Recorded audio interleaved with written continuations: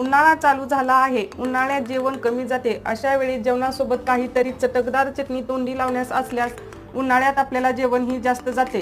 तर आज आपण अशीच एकदम चटकदार, बघताच तोंडाला पाणी सुटणारी कांद्याची चटणी पाहणार आहोत. तर त्यासाठी कढईमध्ये तेल गरम करून घेतले आहे आणि कांदा अगदी मऊसर भाजून घ्यायचा आहे. कढीपत्ता घालून घेऊया. लाल मिरची, लसूण आणि थोडीशी चिंच ही भाजून घेऊया. इथे मी काही खडे मसाले घेतले आहेत, तेही अर्धा मिनिट भाजून घेऊया आणि याची मिक्सरला छान पूड तयार करून घेऊया. इकडे आपले कांद्याचे मिश्रण थंड झाले आहे. त्यामध्ये थोडा गुळाचा खडा टाकून घेऊया आणि त्याची पेस्ट बनवूया. कढईमध्ये तेल गरम करून घेतले आहे.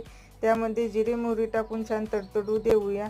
लगेचच त्यामध्ये अर्धा चमचा लाल मिरची पावडर टाकायची आहे आणि वरून बारीक केलेली पेस्ट घालून छान मिक्स करून घ्यायचं आहे. त्यामध्येच बारीक तयार करून घेतलेला मसाला, चवीपुरते मीठ, पाणी घालूया आणि 5 मिनिटे ही चटणी छान शिजवून घेऊया.